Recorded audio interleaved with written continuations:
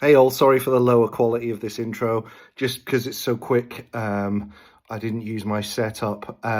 So yeah, this is part two of the chat of Songs of My Life with Marko DeSantis from Sugarcult and Bad Astronaut.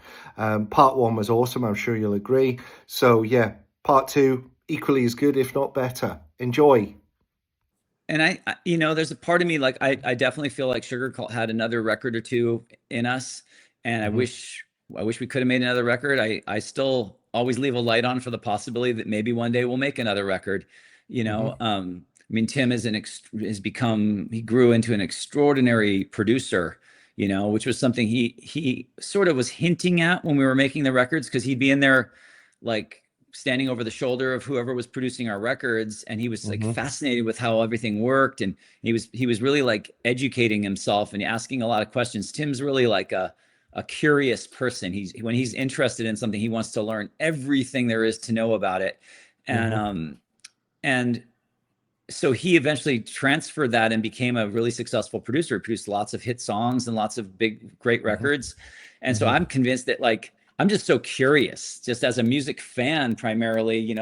I know it sounds kind of cringy, but like I always say, I got into playing music primarily because I was such a music fan that I wanted to climb inside it. I didn't just want to watch it from the Yeah, yeah, 22nd row. I wanted to be like, I couldn't even watch it from the front row. I needed to be in it and so, yeah. but I still think of like I look at Tim, even though I'm in a band with him and he's my friend, I Hmm. look at him the same way I look at like any of my musical heroes. I look at him the same way I look at Keith Richards, or the way I look at Joey Ramone, or the way I look at Joe Strummer, or the way I look at Phoebe Bridgers. And it's like I just go, because I'm in a band with him, it's not lost on me how like what a legend he is. Okay, so question number 11, you chose a song that makes you want to drive fast. Um, so you did give me a couple on here, but I chose this. I chose "Hate to Say I Told You So" by the Hives. Hate to say I told you so, alright. Oh yeah. I mean, come on. You just Yeah. can't hear that song and not want to just fucking, it's just some song. I mean, so many songs, but like that song just in particular, like it's one of those songs like you just never get bored of, and you put it Mhm. on and you just want to turn the volume up, and you immediately like want to like quit your life and start a band that sounds like the Hives, and just like you Well, you want yeah. to like fucking crack open a beer and pound it and throw it out the car window while you're going 75 miles an hour in a school zone. It just makes So you want to do it just makes you want to do punk rock things and smash bottles and like, but in a loving, fun, celebratory way, not in an angry, violent no, way, but no. like, it's just there's certain songs like that where you're just like, God damn, man, I just want to fucking tear it up right now. And that's that again, same thing we were saying. It's like, how weird is that when you've got 12 notes? You got A, B, C, D, E, F, G, and then a couple sharps thrown in there. Yeah, you got 12 notes, Yeah, and you put them together in different ways with different tones and different yeah. tempos and different attitudes, and you can go from something that's going to make you cry like Landslide or Do You Realize by the Flaming Lips to something that's going to make you want to fucking smash it up like Hate to Say I Told You So. you know Yeah, yeah, yeah. it's No, wild. It's so fun. yeah, absolutely. And I mean, it's such the actual mix of that song is so raucous. It's so in your Yeah, face. totally. You Yeah, know, it's cool. And it's that record had a really cool story. How it was like, it came out on like I think Burning Heart, the mm, Swedish label, and then Epitaph had a deal with Burning Heart, so they put it out, yeah, and it was yeah. kind of like there for a couple of years. I remember us all hearing about the Hives, and it was kind of like probably what led us to it was because we all got into Refused. That Shape of Punk Hmm. to Come was such an amazing record that, I mean, by the way, full disclosure, if you ever watch Sugarcult's video for Memory, we were totally ripping off the Refused New noise. New Noise video. We showed that Right. to the director. We're like, we want to do something like this. um, yeah, we had a huge crush on Refused, and and actually we got to know Dennis because when he was in International Noise Conspiracy, we were like, our band sort of had a crush on each other on the Warped Tour. We would like watch them, they'd watch us. Right. It turned out Dennis was a huge power pop fan. He was like, he pulls out this piece of paper that he had folded in his pocket, and he shows me this huge list he had handwritten of like all these records he was looking for by obscure power pop bands while he was on tour. So he would go to record stores and just like pull out his list and find all these, you know. And so he saw that in our band, which was cool, which made me feel good. Like that was always a thing. We had a little bit of an inferiority complex. We'd be on the Warped Tour and feel like, oh man, sooner or later someone's gonna realize that we're not Pennywise. You know what I mean? Yeah. And they're gonna throw us off this tour. And in the end, like we had the guys in Rancid watching us play and telling us like, fuck man, we love you guys. Got this like Elvis Costello vibe, like, you know. Yeah. And so they saw it, like and then like I said, Yeah. Dennis from Refused. When you had people like Tim Armstrong and Dennis from Refused telling you that they like saw what you were hoping people saw in your band, but most people didn't see in your band, it made you feel vindicated. You're like, yeah, fuck yeah, well, I'm not such a fucking dork after all. But anyway, yeah, we all found out about the Hives, and it was so fun and cool. And then they like sort of had like a retroactive success because a few years later, like all the bands like the White Stripes and started happening, and obviously the Strokes became huge. And then the garage rock thing, right? Yeah, for lack of a better term, they needed to like they kind of needed more bands to populate that airspace. And the Hives, like that record had already been out for like 2, maybe 3 years, and then it became a huge hit. I didn't realize that. Okay, yeah. I didn't realize there's a few that. stories Wow. like that. There's a band called Plain White T's from America that had that song Hey There Delilah. Yeah, that's the classic. That song had been out for like 5 or 6 years before it became a hit on the radio. Wow.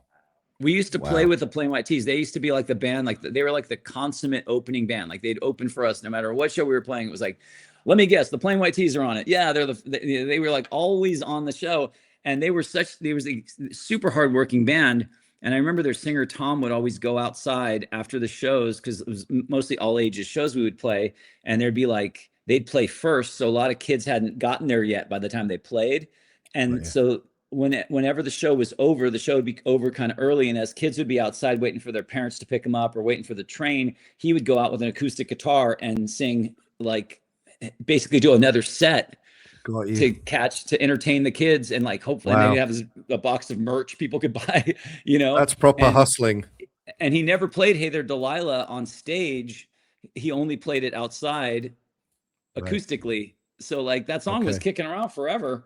And that's a really, and it changed their life. I mean, that's just one of those stories where you're like, I mean, they went from being like broke, living in some punk rock house, like, you know, with like 10 roommates, to being millionaires because of that song. That's amazing. I think Tom owns a house in Malibu. You know what I mean? And he had the song for 6 years. It was right there in his house, in his hands. Wow. And he was struggling, touring in a van, sleeping on floors. And that song would be the key that unlock his like wildest dreams. It's amazing. But maybe it wouldn't have worked earlier. Yeah, exactly. Maybe it just, like you said, with Landslide, maybe the kids weren't ready to hear that song yet. Yeah, maybe once they were, it was yeah. So when you said that they would always be the opening band, Marko, do you mean when you went through? Were they from Jersey or New York? They were from Chicago. They were from the Midwest. Chicago. They were from Chicago. Yeah. So do you mean in that area, or did it turn out that most of the time they would be on bills just halfway across the country? Well, we really connected with that band because if you listen to most of none of their songs sound like Hey There Delilah. Most of their songs sound like a more like power pop version of Jimmy Eat World or something. You know, who was another band we loved was Jimmy Eat World. Jimmy Eat World, Bleed American had a huge influence on our band.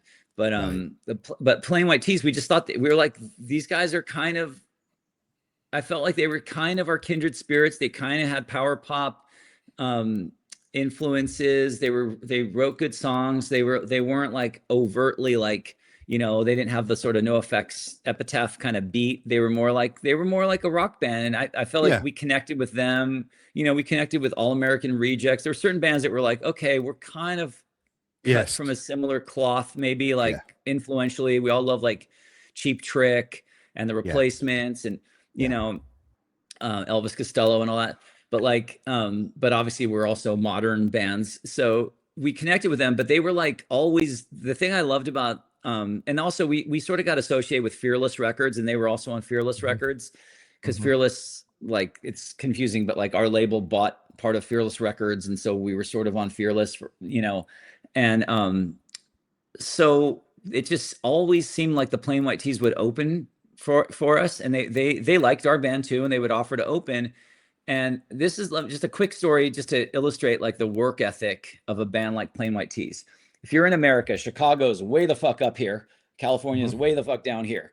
In the winter, Chicago is like sub-zero, freezing cold, snow, blizzard. You don't ever want to fly through Chicago in the winter, and we used to play a show every December in Anaheim, California, right by Disneyland, and it would be like Sugarcult's big show of the year, and we would have like, people would bring toys for like, underprivileged families. We'd donate toys, have a food drive and a toy drive, and we would always have like curate like a really great show with like our favorite bands of that we could find. And we offered the Plain White T's.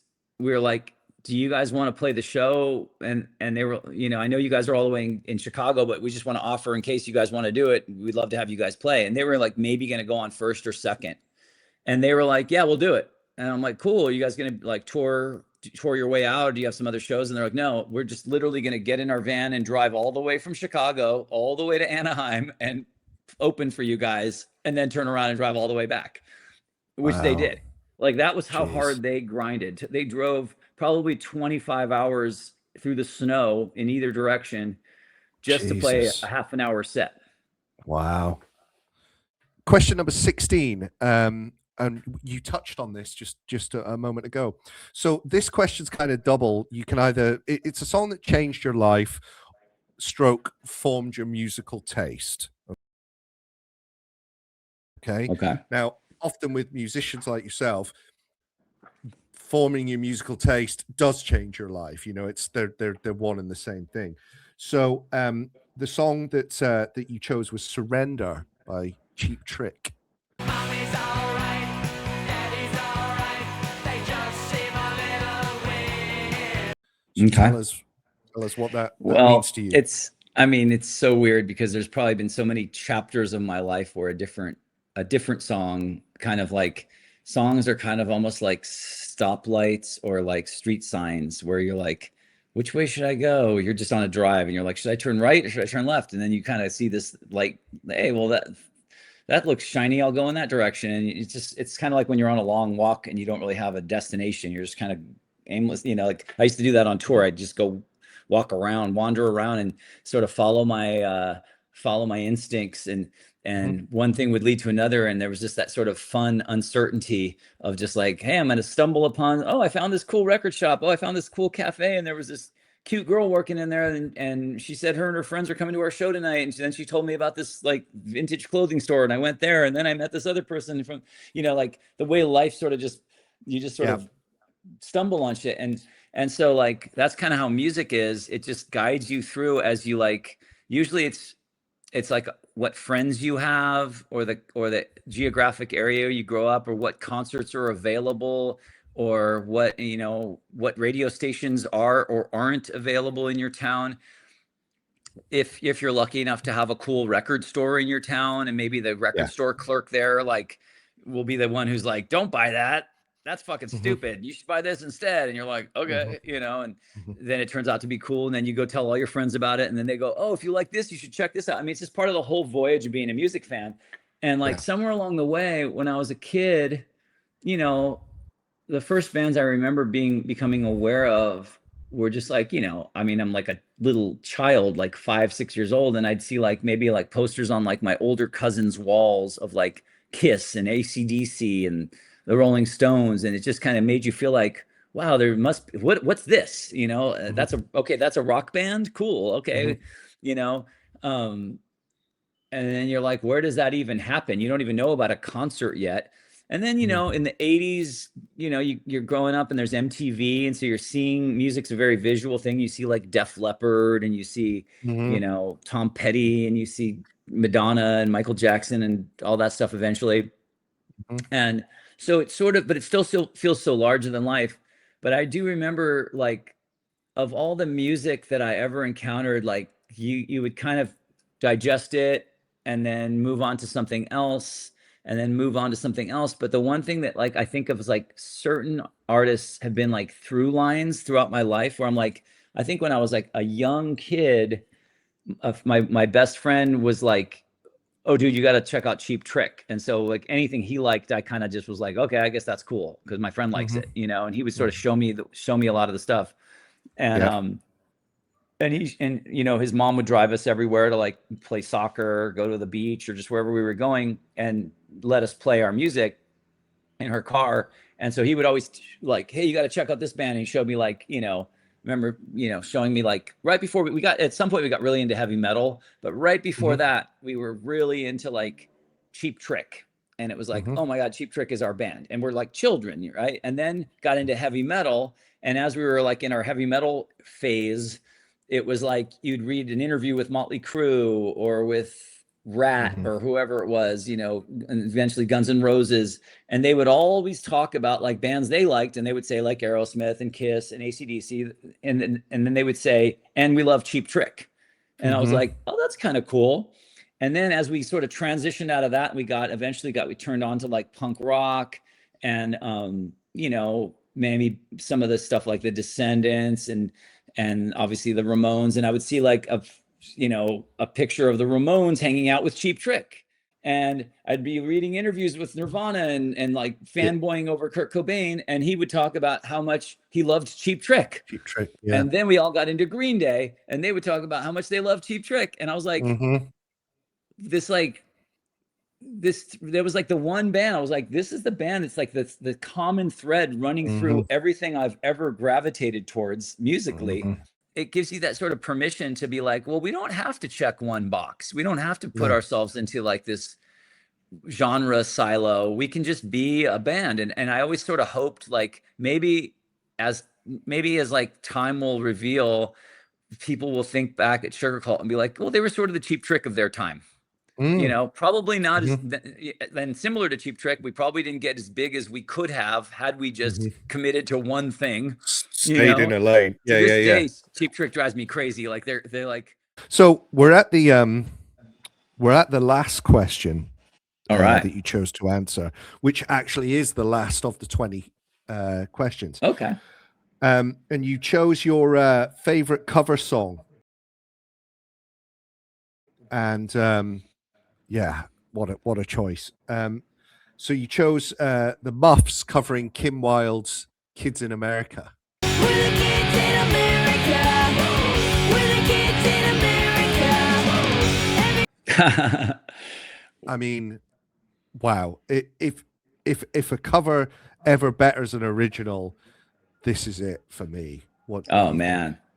Well, yeah. Well, and just a quick aside is the other one I chose was Needle in the Hay by Elliott Smith that we covered in Bad Astronaut. And a lot of people don't know about Bad Astronaut, but it's actually a side project that myself and Joey Cape and Derek Plord, who's unfortunately no longer with us, we started a side project called Bad Astronaut, which was supposed to be like, you know, stuff we were working on that wasn't appropriate for Lagwagon, wasn't appropriate for Sugarcult, but we just like, and mostly we just wanted an excuse to hang out with each other because we were like friends from a hometown. And then we got some other musicians from our local scene involved, and we made these 3 records, one called Acrophobe, one called what's our second record called again? I can't remember. Houston, We Have a Drinking Problem, and then one called 12 Small Steps, One Giant Disappointment. So those records are on Fat Records, which is now through Hopeless Records. So you can find them. But on the first one, we always loved that artist, Elliott Smith, and we covered Needle in the Hay and kind of gave it more like a early Nirvana sort of feel. And I feel like it's I don't know, it's weird because we have a bunch of original songs, but that's always the one I play for people when I want to like introduce them to Bad Astronaut, because it's like us channeling Elliott Smith. But yes, the Muffs, Kids in America. To me, the Muffs are such an underrated band. You know, their singer Kim Shattuck, who's unfortunately passed away from ALS a few years ago. She was just like an effortless songwriter. Everything she did just sounds like something it's like, I don't know. It's like they're almost like the fucking Beatles or something. Like every song is fucking great and catchy, Mhm. and it Mhm. sounds like it's an instant classic. Mhm. And I sort of fell off the Muffs later, but their first few records were really great, and just, you know, I don't know. I mean, fun story about the Muffs is they're a big reason why Green Day, they were kind of the catalyst for Green Day, because Green Day was, you know, they were fans of the Muffs as well, and the Muffs were signed to Reprise Records, which is, you know, through Warner Brothers, and Green Day was pretty staunchly like independent. They were on Lookout Records, but once Yeah. major labels started to look at them, they realized that, well, we love the Muffs, and the Muffs are on Reprise, and we still respect the Muffs, so maybe we could sign to Reprise, and because the Muffs are making it seem like it's okay. Yeah. So that's all just really nerdy shit. But their cover of Kids in America, which I believe was for a movie, was it Clueless? What was the Yeah, it was movie that came Clueless. out? Yeah, Yeah, it it was was on the Clueless. Yeah. soundtrack. Just, you know, I mean, first of all, the Kim Wilde version of that song, I think Kim Wilde's, is she British or Australian? I can't remember. She's British. Yeah, She's she's British. fucking Yeah. amazing. I mean, that was another one. I love Kim Wilde. I love so much of that like late 70s, early 80s British stuff. But Mhm. and she was a fucking amazing artist too. And so we all grew up loving that song. But then to hear the Muffs kind of give it that like just like Yeah. fuel injection, and to Yeah. hear Kim Shattuck's kind of gravelly scream do it, and you Mhm. know, it was awesome that it kind of got a little bit of, it's probably the closest thing to any mainstream attention the Muffs ever got, because they were always sort of Mhm. an underground phenomenon. They're from LA, so I used to go see them all the time because I, you know, grew up 2-hour drive from LA. But yeah, just like that's just one of those covers where I'm like, I sort of with you, like, I'm not gonna say it's better than the original, but it like, you know, it's up there with the original.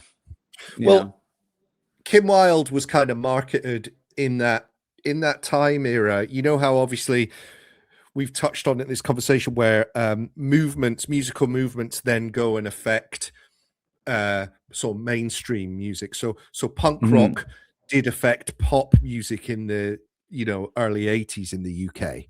So you Yeah, for had like, sure. you know, because the look of a lot of the new wave, like Duran Duran came out looking almost like a cross between a boy band and a punk rock band, and Kim Yeah. Wilde and Kim Wilde had like a punk aesthetic. So some of her stuff was quite in arrangement and sound. So what the Muffs have done is almost made that song its true form, you know, Yeah, that's by right. does that make sense? I see Yeah. what you're saying, because like from what I understand, like, or from what I've observed, it felt like the sort of immediate post-punk, Yeah. you know, vibe in England was like to you know, just to put a little bit of sugar in the punk, to sweeten it up a little bit so it could be served to a more mass appealing audience. Yes. So maybe Yes. remove a little bit of the danger, remove some of the Yeah. safety pins, remove some of the heroin, and just kind Yeah. of like make it a little more presentable. And they Nailed sort it. of Yeah. rebranded it as new wave. You know what I mean? Well, I mean, Blondie latterly is what you've just described is basically what Blondie became. Right. Let's you know, let's just take a little bit of the rougher edges off, but still have a little bit that people think it's cool, and you know, oh, Yeah. I've got the new, you know, and yeah, you're right. And I mean, Kim Wilde kind of kept it with, you know, in that song, you know, that kind of punk rock vibe comes from the sort of male gang vocals. We're the kids, Yeah, and you know, totally. that gives it that sort of punk rock edge without it really being Yeah. sort of Yeah. So That's cool. and yeah. That was a cool, I mean, again, it's always, things always look cool in retrospect. You know, you go back and you sort of fill in the blanks with your imagination, and you're like, man, it must have been so cool when everybody was walking around and every girl looked like that. And, you know, you're probably just like hanging out like at the pub, listening to the Pretenders, and then going home and like, you know, putting on the, you know, it's just, it's such an amazing world to sort of just imagine, you know what I mean? Yeah. But again, the reality was probably like, we're just trying to fucking get a hit song on the radio here so we can quit our jobs. Yeah, or I'll have to go back to working in the factory or whatever. Exactly. Yeah, no, Exactly. for sure. And they're almost like a quintessential what pop punk was before people realized what pop punk was. Oh yeah. You know, I mean, I so agree with you. Like the first time I started calling something pop punk was I heard the Muffs, probably maybe a year or two before I got, no, probably around concurrently with the time I got a friend of mine who I'd grown up with had moved up to San Francisco, and he used to just like, you know, back in those days, back in the 1940s, kids, when we didn't have Instagram, we used to write each other letters, and like literally me and my friends that would move away, we would keep in touch by writing each other letters, but we would also make each other, sorry, a truck's going by. cool. And we would also send each other mixtapes, like, hey, send me a mixtape of whatever records you've been checking out lately, and I'll send you a record of the stuff I've been checking out lately, you know. And so I had a friend who moved up to the Bay Area, like San Francisco and East Bay, and he was like, dude, okay, so there's this place up here called Gilman Street, and it's this all ages venue, and all these bands are playing, and there's this whole scene of bands up here that we missed when we were growing up in Santa Barbara. There was like Operation Ivy, there was Crimp Shrine, there was, you know, Neurosis, there was just all these bands, and I was like, fuck, I haven't heard any of these bands, you know, like, so that was like that area's version of RKL, like the bands that were in, you know, locally popular, but no one knew about them anywhere else in the world. And and so he had caught the sort of next wave, and he was like, there's this band called Monsula, there's this band called Blatz, there's this band called Green Day, there's this band called Jawbreaker, you know. And so he would make me mixtapes and send them to me, and then I'd make him mixtapes and put like the Muffs on it and the bands that I was finding down here. And you know, eventually you listen to the tape and you're like, okay, this is cool, holy shit, this is really cool. And I'd start to get into like bands, like he would send me Green Day, and that would sort of open up like, okay, they're on this label called Lookout. So then you'd look into Lookout Records, and you'd learn about Screeching Weasel and Mr. T Experience. And I was like, all these bands, Screeching Weasel, Green Day, Mr. T Experience, they all kind of have this thing in common. It kind of, I didn't know how to describe it. I was like, it kind of reminds me of the Ramones. These are kind of catchy, poppy songs, yet the music feels like it's coming from punk rock. But at that point, punk rock was like, you know, it was like, you know, Strung Out, Lagwagon, No Use for a Name, Bad Religion. Like at that stage of time, like that's what we called punk rock. It was like, so this was like, these are songs about girls. These are songs with catchy melodies. These are songs that aren't like, they don't have that same like Spitfire tempo, like No Effects and all these, and Lagwagon and whatnot. And so we didn't really know what to call it, and we kind of accidentally called it pop punk. Yeah. And I imagine a lot of other people who heard it came to the same conclusion. You know, they're like, I don't know, it's poppy, but it's punky. Let's call it pop punk, you know? Absolutely. Yeah. No, 100%. No, that is, it's spot on. And a band that kind of fall between the sort of pop sensibilities of your likes of your Green Day and your Mr. T Experience and the Queers and stuff, but then also have that skate punk pacing, MXPX. That's true. Yeah, you're right. That's a really good way to describe that, because they did, you know, there was a lot of bands that those bands influenced were like, again, you're coming up and you're listening on one day, you're listening to Lagwagon and No Use for Name. The next day you're listening to the Queers and Screeching Weasel, and then you're forming a band. Well, naturally it's going to end up sounding like MXPX. And let's not forget another band that's very important that I actually played with for 5 minutes. And that's the ATARIS. Yes, you did. So to me, the ATARIS are almost kindred spirits with the MXPX, in that they're about the same age, and they came up with like the influence of No Effects and Bad Religion, but also the influence of Screeching Weasel and Mr. T Experience and Green Day.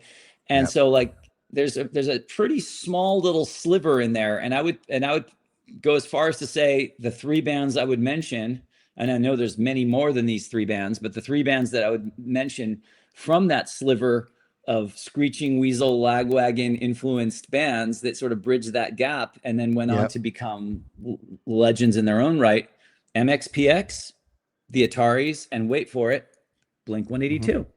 Yeah. Yes. Of course. Yes. Hidden in plain view. Yeah. Right there in front of us. Right there. Early. You know. Early Blink. Yeah. Yes. Early Blink. Yes. I mean, because they were. I mean, I remember like those guys would be always opening for Lagwagon. Joey, tell us about, oh my God, you know, and but you know, if you talk to Mark, and we eventually got to know them because we would tour with them. And I mean, Mark grew up on like not even, I mean, Mark grew up like, he loves The Cure. Cure, He's got a huge, he's, you know, he's like me. He's a total music, like he has a huge, vast music taste, but like, you know, his, you know, the Cure and all that, but then his, and he loves the Replacements, and but also his main thing that like the ingredients for Blink-182 were pretty much Screeching Weasel and, you know, and stuff like Lagwagon and NoFX. Marko, I was going to say, where can people sort of look you up, or, you know, get in touch or see what you're up to? I'm pretty active. I'm pretty active on Instagram, and anyone can DM me. I mean, you DM'd me and here we are, right? So, you know, if anybody wants to find me, just maybe throw my Instagram. It's Marko, MARKO, DeSantis, DESANTIS. Just find me on Instagram. And, you know, you can also go to sugarcult.com, and there's a link to my Instagram through there, if that's easy to remember. I'm not really on TikTok and like Facebook. You know, I mostly just keep for like friends and family, but like, so Instagram's a good place. Or, you know, I can tell you my address if you just want to come over and knock on my door, you know, bring me some cookies.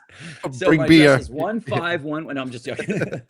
No, I'll put those, I'll put the links in the description box anyway, but no, cool. I really appreciate it. It's been super awesome. It's been a pleasure. I can talk about this kind of stuff all the time, especially if you're actually interested in it. It's weird when you come from this kind of a subculture. Most people, like, I'm hanging out with my wife and a bunch of friends, and like they have no fucking idea about any of this shit, you know? And so you just have talking about sports or talking about food. But like the people that are my real like soulmates are the ones like, you know, like you, or just people who watching this show. It's like, we see that there's something really, you know, not to disparage anybody who doesn't nerd out about this stuff. Some people are just like, yeah, that's cool, dude. I just want to fucking listen to the radio and shut the fuck up, you know? Yeah. But like those of us that are like deep into music culture and into it, it's like, I don't see it just as music. To me, I see it as like music is the subject matter, but what we're really talking about is sociology. What we're really talking about is history. What we're really talking about is human nature, and like it's so much bigger than just music, you know, and we realize that, and we see it. And, you know, like you were saying before, I love the way you described, like we were saying how like the people listening to Screeching Weasel and NoFX, we became the MXPXs, and the MXPXs influenced the people that eventually would start Good Charlottes, and they influenced the people that would eventually start the water parks or whatever, and then that would influence the people that would eventually start whatever's going on today. And like, I just love how it's this. I just love it's worth sticking around just to see where it's going to go next. It just keeps on evolving and surprising us. And just when you think you've heard it all, some new fucking act comes out. Like, I mean, they're not new anymore, but like something like Turnstile comes around, and you're like, holy shit! Like, there's a whole other fucking dimension. You know, it's so fun. It's endless. It is. And it's been really fun. So thank you so much. Oh, thank you. Brilliant choices. When I saw your songs, I was really, really happy with that. So Cool. And take care, and let's talk soon. All right, man. Well, if you guys are ever out there and you see me coming through, like I'm on my DJ gigs, or if I end up doing another project or whatever, come to the show, say hi, hit me on Instagram, and I don't know, take care of each other. Support the local scene. Good. All right. Good. See you guys. Peace. Take care.